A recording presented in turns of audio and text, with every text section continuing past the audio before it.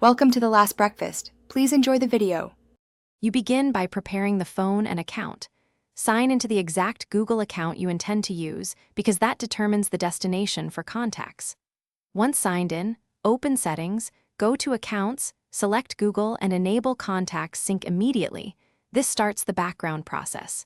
Make sure you are on a reliable Wi-Fi network to avoid data limits. Also check battery saver is off, because doze mode can delay sync. This first step ensures the device is authorized and the sync flag is set correctly.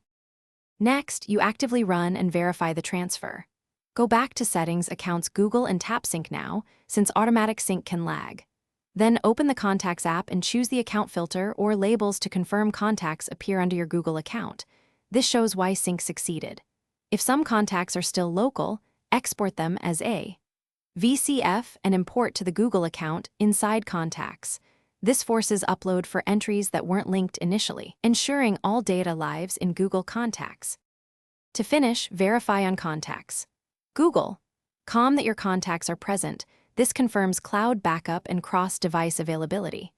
If you find missing entries, clear the Contacts app cache and storage settings, then reopen and trigger Sync now. This resolves many indexing issues. If problems persist, remove the Google account from the phone, reboot the device, then add the account back and re-enable Contacts Sync. This refreshes account tokens and often fixes stubborn failures.